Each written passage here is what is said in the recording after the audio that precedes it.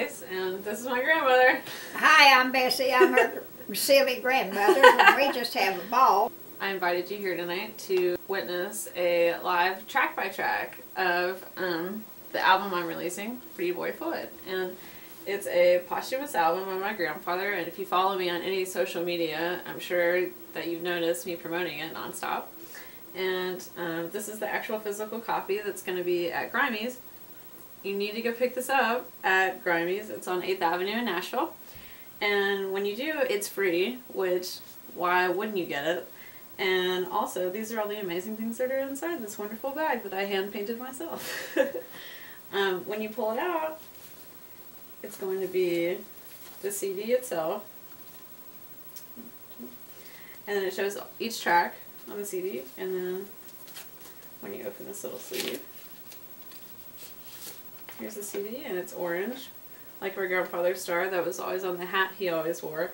And it's actually a Houston Astros baseball team hat, but he liked it so much that he dug out the H for Houston and just kept the orange star. So that's where all the orange comes from. So yeah, so that's what the CD looks like, and then there's a little backstory on how hard I worked to put it together. And there's also an extra surprise in the bag, but I'm not going to show you that and ruin it. But I brought you here tonight to do a track-by-track of each song and describe what each song means and what it's about and what it meant to my grandfather when he was alive. And I invited my grandmother Bessie because who better than someone that lived with him for a very long time and was married to him for how many years? 29. Well, there you go. No, in 29 years. Yeah, so who better? He loved Pretty Boy Floyd, and so I think it's neat that she named his album Pretty Boy Floyd because he was a gangster and he loved the gangsters. They were exciting to him because that was something different back in his time.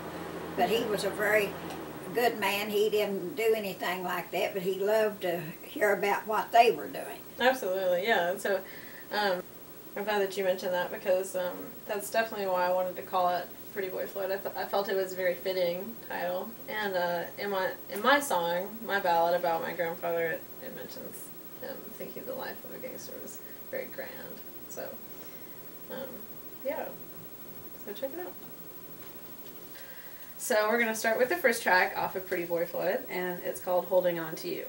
So, from what I know about this song, it was recorded on Marty's only record label, Charger Records, in 1976.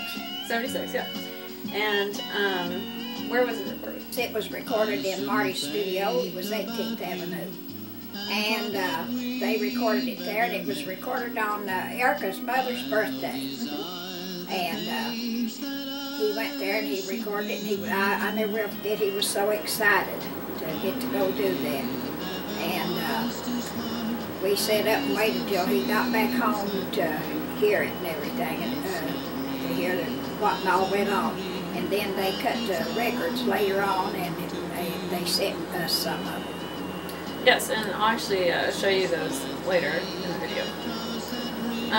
So it's a 45 vinyl that he recorded, and on the other side is the second track off of the posthumous album called Beginning of Goodbye. The Beginning of Goodbye was actually written by Marty Roberts himself, which is pretty cool. And it's a really cool song. It sounds like anything else that was out at that time. What's unfortunate is that after they recorded the records, they had radio play and then people would request them on the radio and stuff, but nothing ever happened with them, so that was unfortunate. But we still have quite a few copies of the records and actually have them with me now.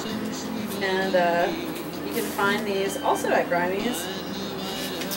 And it's a lovely little 45 record, and it comes in this sleeve, and it also will come in a larger bag with the same envelope. And that's $4.99 at GRIMEY'S. So, support your local record store. Track number 3 on the album is Buy a Little Time With Her, which the song was written by him and his brother, wasn't it? It was written by Lloyd, my husband Floyd's brother, and my husband rearranged the words, and I helped him with arranging some of the words and changing it up to make it sound proper. He sang it in the tune of Marty Robbins' song, I'll Go On Alone. That's right. And recorded it at a studio in Columbia, Tennessee. At one of our friends' house had a fine recording studio. instruments. Like I mentioned on the little piece of paper that's inside the release, I drew that from a reel-to-reel tape. All of these have been taken from reel-to-reel tapes except for the first 2 tracks, which I pulled from this vinyl digitally with my computer and recording software.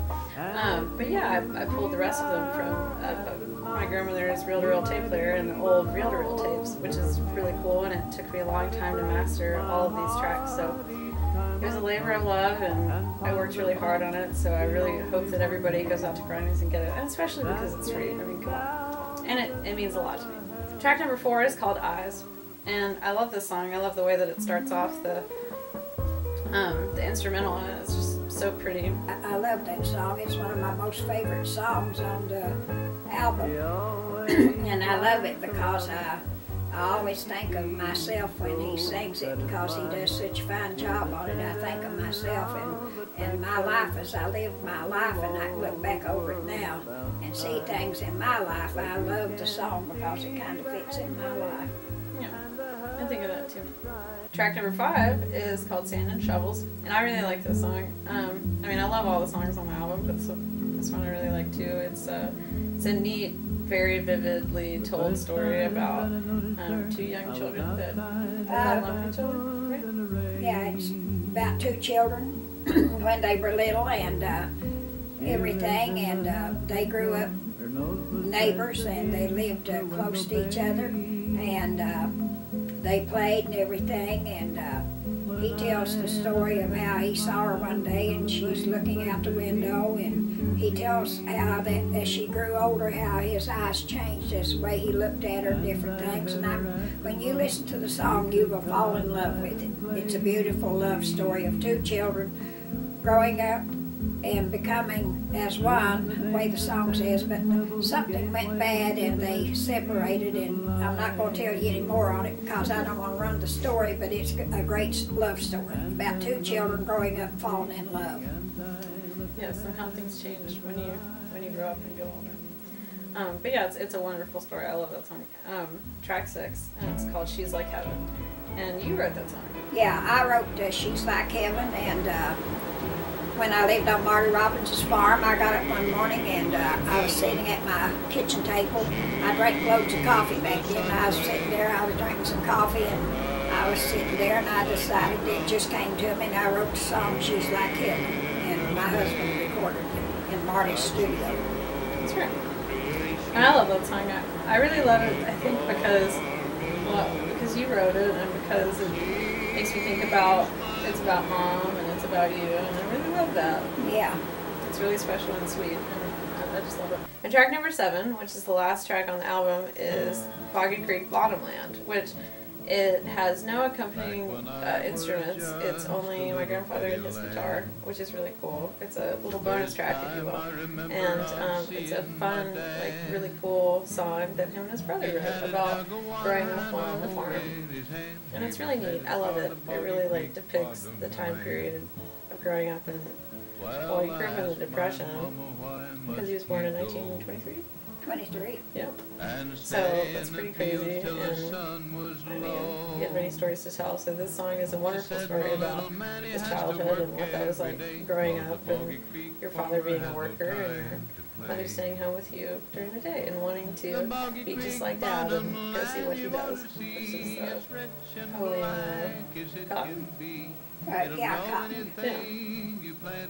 So it's a really cool song. I really like it. And, yeah, so I think it's neat because it's just him and his guitar, and all the other tracks are produced. So it's a fun, neat bonus track. So yeah, all the songs on the album are amazing, and considering I pulled them from a 45 vinyl record and really old reel-to-reel tapes. How old are they? I mean, old. My husband, he recorded those songs about a year or so later, so they're about 43 or 44 years old. Yeah. The tapes are real old. Yeah. I mean, ancient old. Yeah. But it's great that we was good enough to preserve them. I had more songs, but they got mildewed and stuff, and I just had to get rid of them because they were so old you couldn't play them very good.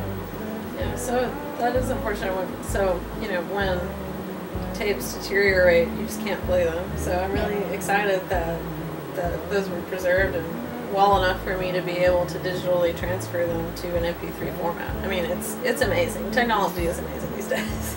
Those are all the tracks on the album. So those are. Comes in this wonderful bag, and I hand painted every single one that you'll see. So go to GRIMEY'S, 8th Avenue, Nashville. Get that, and also pick up this while you're there. It's only $4.99, and it's a wonderful dead stock vintage vinyl, and it will come in a wonderful little bag like this. Do listen to these beautiful songs that he's singing. Yeah, definitely. I couldn't have said it better. But yeah, so like I've mentioned before, even though him and Marnie were good friends, it just never worked out for my grandfather to get famous. So it's really important to me to bring these songs to the public and for people to hear them after so many years now. So even though he's not here anymore to do it himself, I really wanted to do it for him. So please go pick this up at GRIMEY'S. And we're going to praise him, and we're going to make his music famous. And I sing his songs, and as long as I can record his songs on tape and records, and I can sing them, he'll live on. Yeah. Praise the Lord. If you want to hear more stories from us, Bess and Erica, check out our podcast. It's bessandericahour.podbean.com. And it's on iTunes. And go pick up Pretty Boy Floyd at GRIMEY'S. Yeah, for sure. Go pick it up because you'll enjoy it. Absolutely. I think so. I know I do. And you can check out everything that's going on with my music and all of our music at ericacase.com. So, see you soon. Bye-bye.